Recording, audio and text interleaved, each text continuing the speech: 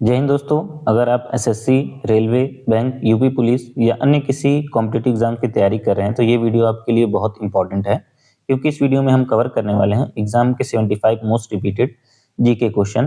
तो वीडियो को पूरा एंड तक देखिएगा और लास्ट में अपना स्कोर कमेंट में बताइएगा। तो आज का पहला सवाल है, मैग्सेसे अवार्ड पाने वाले प्रथम भारतीय कौन थे?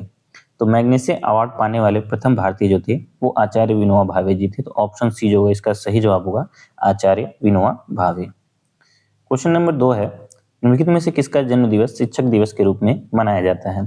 तो प्रत्येक वर्ष शिक्षक दिवस जो है वो 5 सितंबर को मनाया जाता है। तो ये शिक्षक दिवस जो है वो डॉक्टर सर्वपल्ली राधाकृष्णन जी के जन्म दिवस के रूप में मनाया जाता है। तो ऑप्शन सी जो होगा इसका सही जवाब होगा, 5 सितंबर को डॉक्टर सर्वपल्ली राधाकृष्णन के जन्मदिन के रूप में शिक्षक दिवस मनाया जाता है। क्वेश्चन नंबर 3 है, राष्ट्रीय मतदाता दिवस कब मनाया जाता है? तो राष्ट्रीय मतदाता दिवस प्रत्येक वर्ष 25 जनवरी को मनाया जाता है। तो ऑप्शन डी जो है इसका सही जवाब होगा, 25 जनवरी।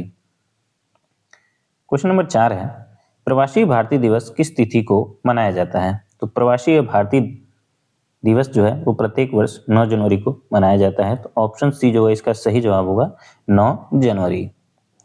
क्वेश्चन नंबर 5 है, राष्ट्रीय खेल दिवस 29 अगस्त को किसके जन्म दिवस पर मनाया जाता है?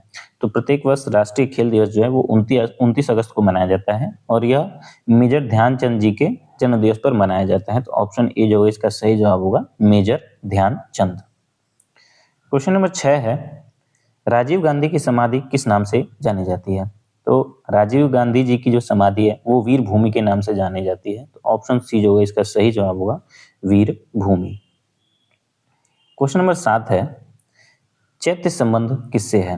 तो चैत्य संबंध जो है वो बी आर अम्बेडकर जी से है। तो ऑप्शन बी जो है इसका सही जवाब होगा, बी आर अम्बेडकर।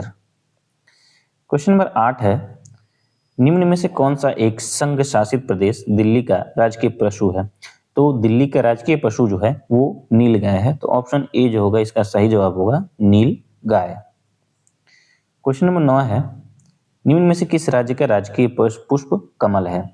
तो राजकीय पुष्प कमल कर्नाटक का एक राजकीय पुष्प है। तो ऑप्शन सी जो है इसका सही जवाब होगा, कर्नाटक का राजकीय पुष्प कमल है। क्वेश्चन नंबर 10 है, ऊंट किस भारतीय राज्य का राजकीय पशु है? तो ऊंट जो है वो राजस्थान राज्य का राजकीय पशु है। तो ऑप्शन सी जो होगा इसका सही जवाब होगा, राजस्थान। क्वेश्चन नंबर 10 है, निम्न में से कौन सा बिहार राज्य का राजकीय पक्षी है?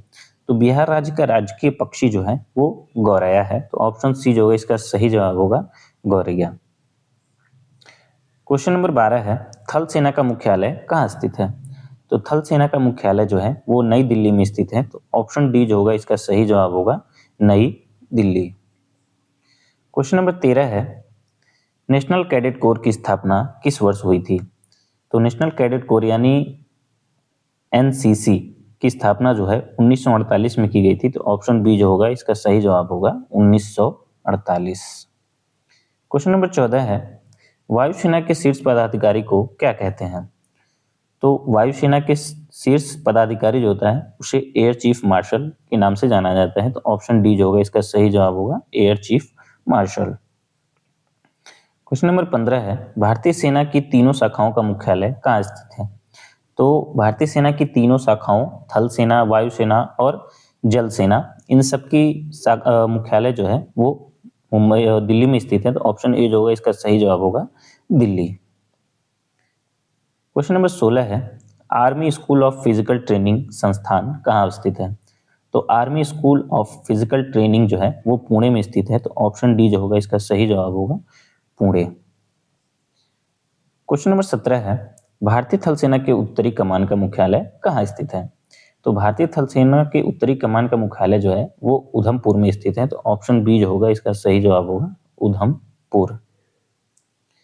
क्वेश्चन नंबर 18 है, नेशनल डिफेंस कॉलेज कहाँ स्थित है? तो नेशनल डिफेंस कॉलेज जो है वो दिल्ली में स्थित है। तो ऑप्शन डी जो होगा इसका सही जवाब होगा, दिल्ली। क्वेश्चन नंबर 19 है, नेशनल डिफेंस कॉलेज कहाँ स्थित है? तो इसका हमने देख लिया था पिछले क्वेश्चन में ही, नेशनल डिफेंस कॉलेज जो है वो दिल्ली में स्थित है। तो ऑप्शन डी जो इसका सही जवाब होगा। क्वेश्चन नंबर 20 है, भारत तिब्बत सीमा पुलिस बल का गठन कब हुआ? तो इंडो तिब्बत सीमा पुलिस का गठन जो है वो 1939 ईस्वी में हुआ था, तो ऑप्शन बी जो होगा इसका सही जवाब होगा 1939। क्वेश्चन नंबर 21, बल का गठन कब हुआ था? यानी ये पूछ रहा है सीआरपीएफ, सीआरपीएफ का गठन कब हुआ था? तो सीआरपीएफ का गठन जो हुआ था वो 1969 में किया गया था, तो ऑप्शन सी जो होगा इसका सही जवाब होगा 1969। क्वेश्चन नंबर 22 है, निम्न में से कौन टैंक रोधी निर्देशित प्रक्षेपास्त्र है? तो टैंक रोधी निर्देशित प्रक्षेपास्त्र जो है वो नाग है, तो ऑप्शन डी जो है इसका सही जवाब होगा। नाग मिसाइल जो है वो टैंक रोधी निर्देशित प्रक्षेपास्त्र है। ऑप्शन 23, क्वेश्चन नंबर 23 है, अग्नि 5 मिसाइल की मारक क्षमता कितनी किलोमीटर है? तो अग्नि 5 मिसाइल की मारक क्षमता जो है वो 5000 किलोमीटर है, तो ऑप्शन सी जो है इसका सही जवाब होगा 5000 किलोमीटर। क्वेश्चन नंबर 24 है, आईएनएस विराट पनडुब्बी को हरमिज के रूप में किस वर्ष भारतीय नौसेना में शामिल किया गया था? तो आईएनएस विराट पनडुब्बी को वर्ष 1987 में भारतीय नौसेना में शामिल किया गया था, तो ऑप्शन ए जो है इसका सही जवाब होगा 1987। क्वेश्चन नंबर 25 है, निम्न में से देश में निर्मित पहली परमाणु पनडुब्बी कौन सी है? तो हमारे देश में निर्मित प्रथम परमाणु पनडुब्बी जो है वो आईएनएस अरिहंत है, तो ऑप्शन ए जो है इसका सही जवाब होगा आईएनएस अरिहंत हमारे देश में निर्मित प्रथम परमाणु पनडुब्बी है। क्वेश्चन नंबर 26 है, रोहिणी क्या है? तो रोहिणी जो है वो एक रडार है, तो ऑप्शन ए जो है इसका सही जवाब होगा रडार। क्वेश्चन नंबर 27 है, निम्न में से कौन रडार है जो खोजने एवं नियंत्रण रखने में सहायता करते हैं?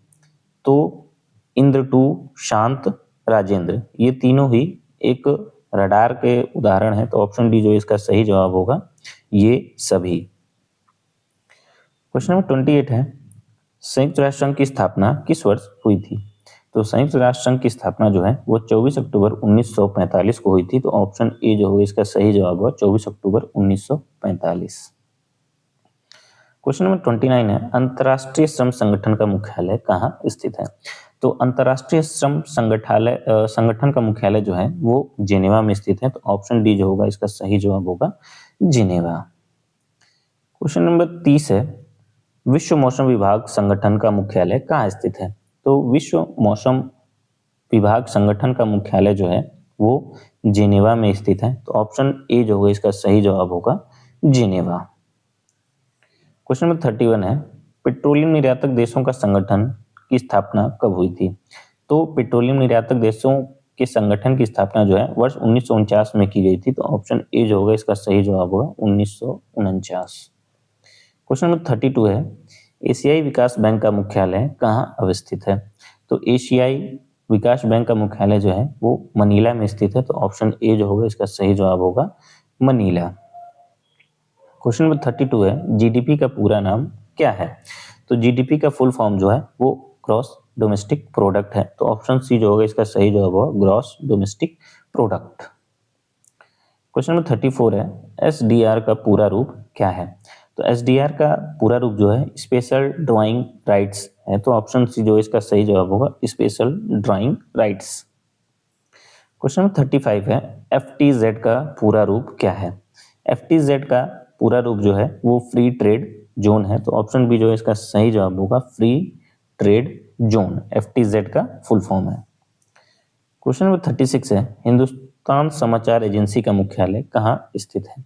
तो हिंदुस्तान समाचार एजेंसी का मुख्यालय जो है वो नोएडा में स्थित है, तो ऑप्शन ए जो होगा इसका सही जवाब होगा नोएडा। क्वेश्चन नंबर 36 है, प्रेस ट्रस्ट ऑफ इंडिया की स्थापना कब हुई थी? तो प्रेस ट्रस्ट ऑफ इंडिया की स्थापना जो है वर्ष 1947 में की गई थी, तो ऑप्शन बी जो होगा इसका सही जवाब होगा वर्ष 1947। क्वेश्चन नंबर 38 है, हैदराबाद किस नदी के किनारे अवस्थित है?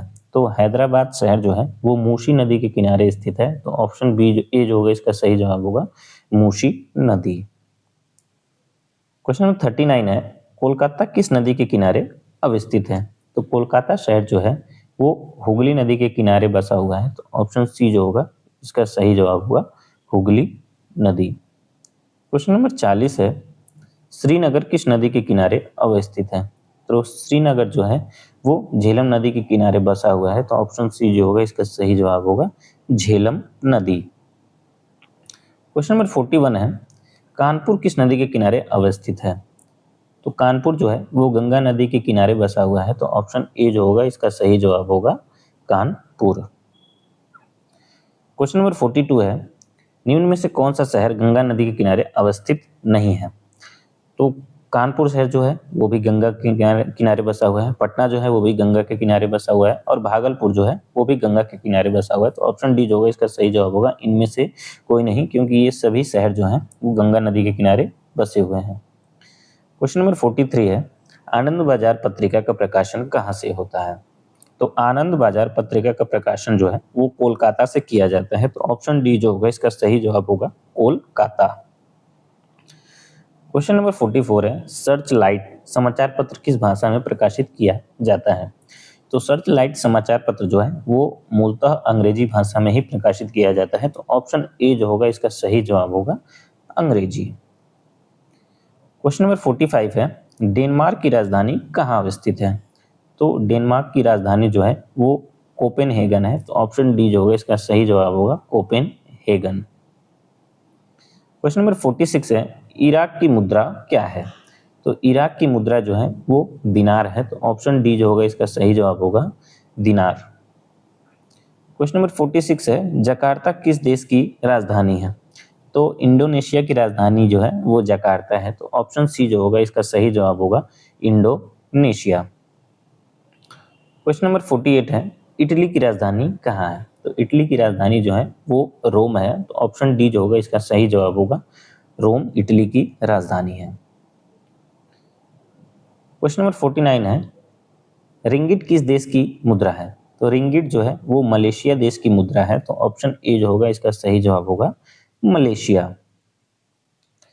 क्वेश्चन नंबर 50 है, फ्रांस की मुद्रा का क्या नाम है? तो फ्रांस की मुद्रा जो है वो यूरो है, तो ऑप्शन ए जो होगा इसका सही जवाब होगा यूरो। क्वेश्चन नंबर 51 है, कनाडा की राजधानी कहाँ है? तो कनाडा की राजधानी जो है वो ओटावा है, तो ऑप्शन ए जो होगा इसका सही जवाब होगा ओटावा कनाडा की राजधानी है।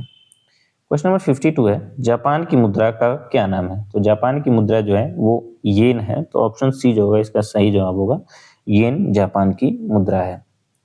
क्वेश्चन नंबर 53 है, लक्षद्वीप की राजधानी कहाँ अवस्थित है? तो लक्षद्वीप की राजधानी जो है वो कावारती है, तो ऑप्शन ए जो होगा इसका सही जवाब होगा कावारती। क्वेश्चन नंबर 54 है, निम्न में से कौन सा वेद कर्मकांड प्रधान है? तो सभी कर्मकांड जो हैं वो यजुर्वेद में समाहित हैं, तो ऑप्शन बी जो होगा इसका सही जवाब होगा यजुर्वेद में कर्मकांडों का वर्णन किया गया है। क्वेश्चन नंबर 55 है, निम्न में से किसकी खेती हड़प्पावासी करते थे? तो हड़प्पा सभ्यता में जो है गेहूं, कपास और जौ इन तीनों फसलों की खेती की जाती थी, तो ऑप्शन डी जो होगा इसका सही जवाब होगा ये सभी।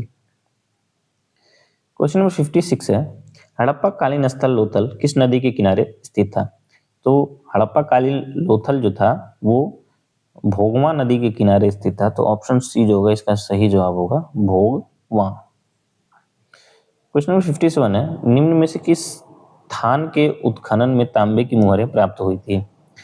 तो जब हड़प्पा सभ्यता की खुदाई की गई थी तो उनमें तांबे की मुहरें प्राप्त हुई थी, तो ऑप्शन बी जो होगा इसका सही जवाब होगा हड़प्पा सभ्यता की खुदाई में तांबे की मुहरें प्राप्त हुई थी।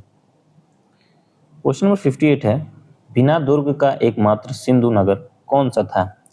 तो बिना दुर्ग यानी मतलब किले का एकमात्र नगर जो था वो कालीबंगा था, तो ऑप्शन ए जो होगा इसका सही जवाब होगा। क्वेश्चन नंबर 59 है, भारतीय राष्ट्रीय कांग्रेस के प्रथम अध्यक्ष कौन थे?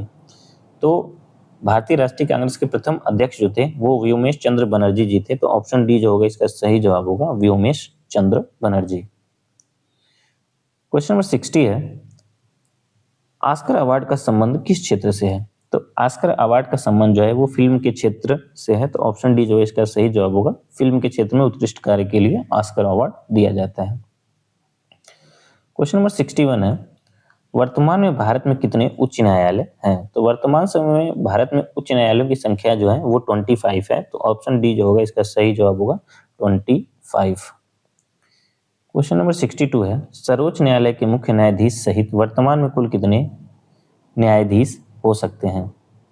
तो सर्वोच्च न्यायालय में मुख्य न्यायाधीश सहित जो है वो टोटल न्यायाधीशों की संख्या जो है वो 31 है। तो ऑप्शन डी जो होगा इसका सही जवाब होगा 31।